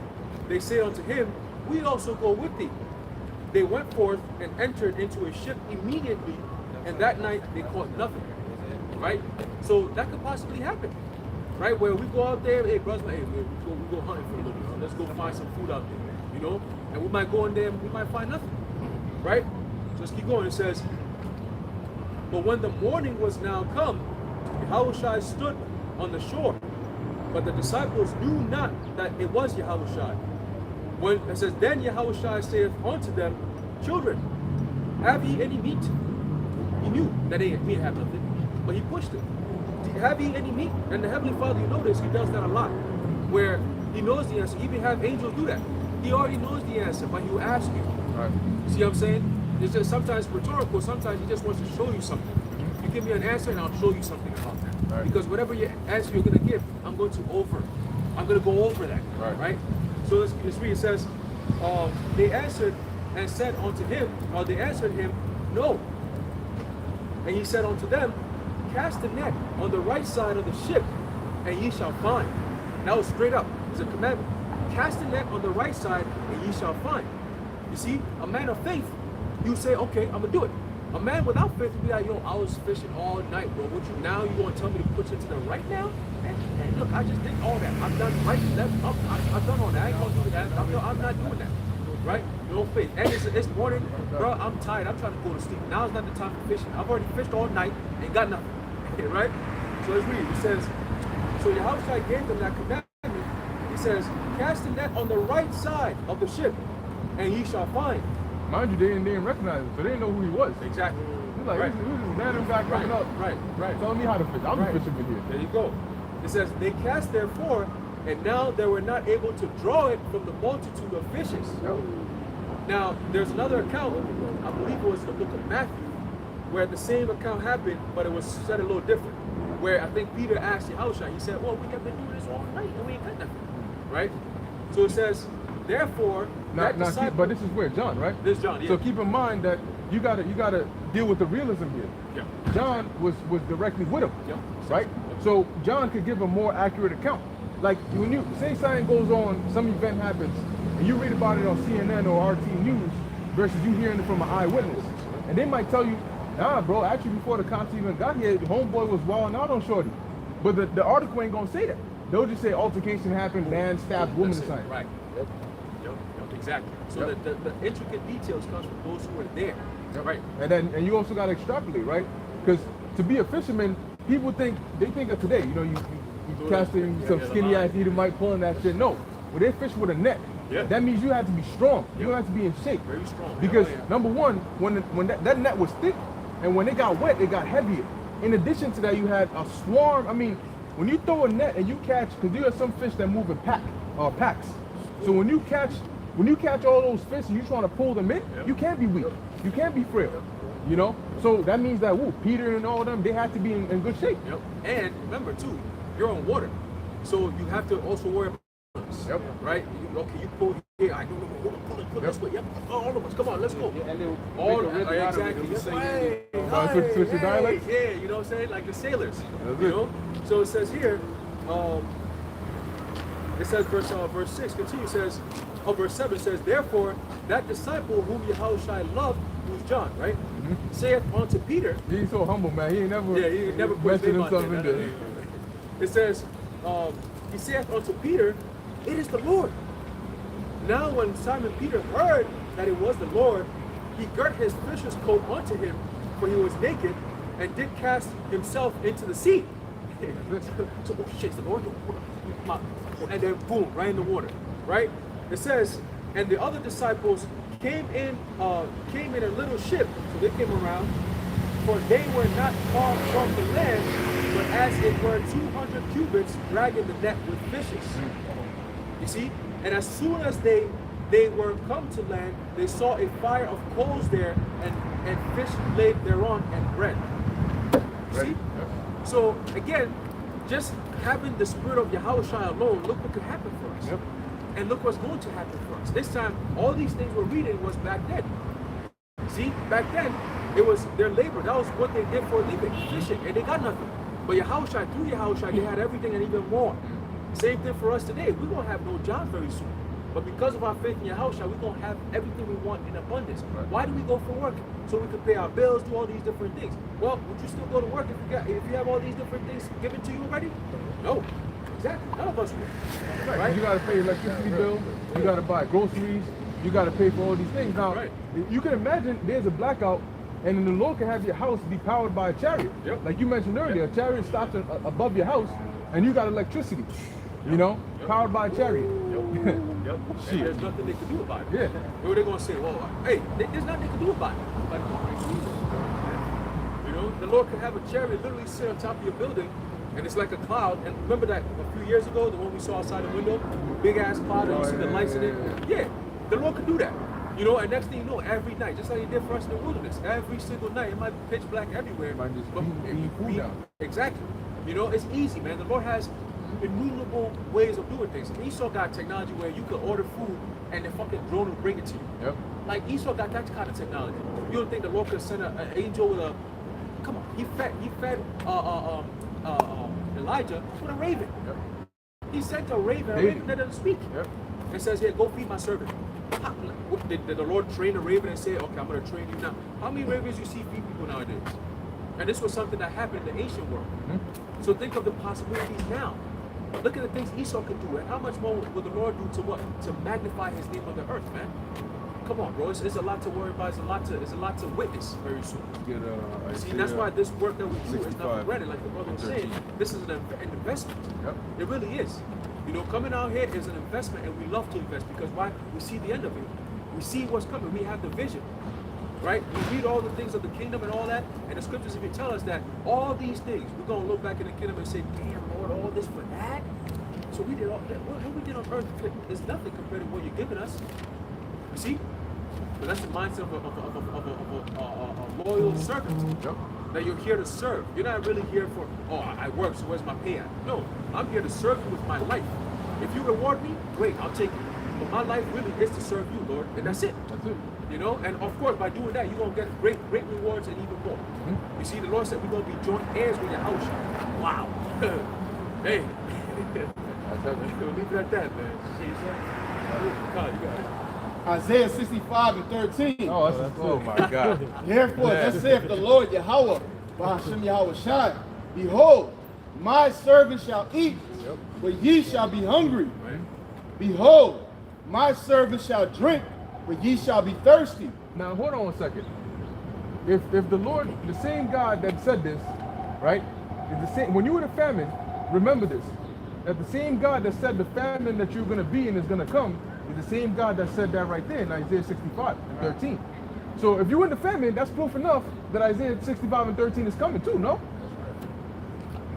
That's right. It says, but ye shall be thirsty. Behold, my servant shall drink, but ye shall be thirsty. Now he ain't specified. So we can have water, y'all young, because it said we're going to sing for joy of heart. We're going to be merry. So, you know, we're going to celebrate. Because guess what? At the end of the day, what's going to have most people worried? The fact that they can't provide for themselves, they can't be protected, and they can't take care of their loved ones. But if the Lord covers all that for you, you don't have to worry about working and responsibilities. All you're doing is waiting, and you're seeing the destruction of this place, and you understand what it means. So hell yeah, you're going to rejoice. You're going to see them, that's where the train we used to take to work. That bum-ass place, yeah, burn that shit down, you know? And knowing that you're going to be taken care of. So we're going to be rejoicing, because we're going to know that our work paid off. And we're going to know that in the time most important, the Lord is actually with us. You got it, bro? Behold, my servant shall rejoice, but ye shall be ashamed. Keyword, my servants. So those that serve Yahweh Ba'Shem Yahweh Shai, you're not a servant if you don't serve the Lord. Okay, servants in name are not servants. They're just men pleasers. And the Lord is dealing with his actual servants. So you get paid for your services. And if you being a cheerleader, the Lord, that's not services that the Lord is looking for. What? Behold, my servant shall sing for joy of heart. Sing. Now, in the book of Job, it also talks about how at destruction and famine thou shalt lack. So you got to really think about what condition are we going to be in. We're not going to just barely be making it by, because then we ain't going to be singing. You're going to need to be in a very, very good position to be singing for what? Joy of heart. All hell is breaking loose, and you're singing because you're happier than ever. Think about it. How many times we actually sing out? Right. Like, I'll be like, we just so happy. Like, when was the last time brothers were so happy like we sing? Right. That's happen. You know, because you know it's short-lived. But the reason why we're going to be so in such a good case is because at this point, we're just waiting for your house trying to come back. We're getting all these good deals, and we know the moment he comes back, we out of here. It's over. You're not going to be happy? Bro, that's all this work you've done. You're finally here. Now it's just a waiting game. That's it. And the Lord is just showing every single day, I want you to worry about it. Your house is coming back soon. Wow. Satisfaction.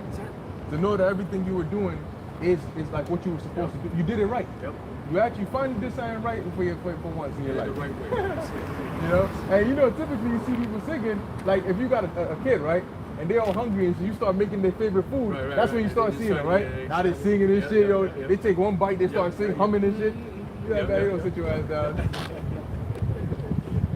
God, damn, I see you doing that shit. You give him some good food, you start doing like some type of Yeah, shit. that's He's it. like nodding his head and shit. Happy as hell. Good food. A little bit more on this. It says, but ye shall cry for sorrow of heart, and shall howl for vexation of spirit. And that's like reminiscent of what the Lord said in Luke, which we just read. Right. You know, you shall laugh, but that actually it's not gonna be. Yep. And this is such a complete flip, right? Because right now we howl for vexation of spirit. Like we see all these things going on, like look, and we get vexed and we're sorrowful. And yet you see them partying and laughing and giggling and all that. So the Lord's really gonna do it 180. See, because we see the evil when people don't see it. Right. We understand what we're living in. See, when the Lord makes the actual evil manifest, when people actually are living it, we're gonna be like, no, we're good. We understood what this. We good. Yep. You see, but them, they're gonna be in it, and that's when they're gonna be weeping and howling and all that, because now you're dealing with the reality of what you were hearing about that you don't want to hear. So you got people thinking, oh, about 5, 10, 20 years.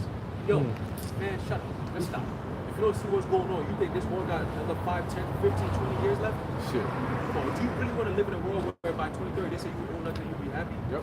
These motherfuckers don't care. But if they say you ain't gonna own nothing, that includes yourself. You ain't gonna own yourself. That's exactly. You know, they got oh shit. This is we're not. They said there's a new law that you could have a lawsuit if you discriminate against somebody because they didn't take the jump shot. Why? Because now you're discriminating against their genetic makeup. Because apparently the jump shot changes your genes. Oh, so it's kind of like discriminating against like a transformer or a sodomite. Right. But now you're saying, oh, you can't come in here because you're genetically Different. disposed or something like that. Wow. You know what I'm saying? So that's a whole new thing that they come. I'm like, oh, you don't gotta come back for this shit. Man, shit. Luke 6 and 25. Woe unto you that are full, for ye shall hunger. Woe unto you that laugh now, for ye shall mourn and weep. But you're gonna lose everything. What? Woe unto you when all men shall speak well of you, for so did their fathers to the false prophets.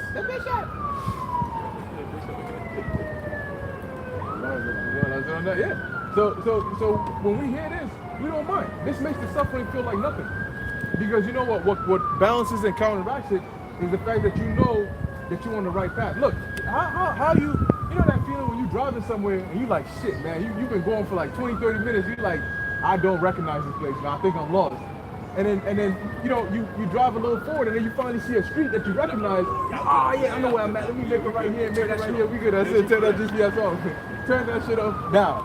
So when you get that feeling, you like everything becomes all good again.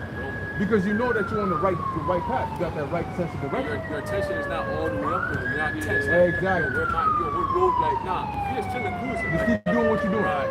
So that's the same thing here. When you're going through the hell, it's like finding your way without the GPS. Because the hell is a GPS.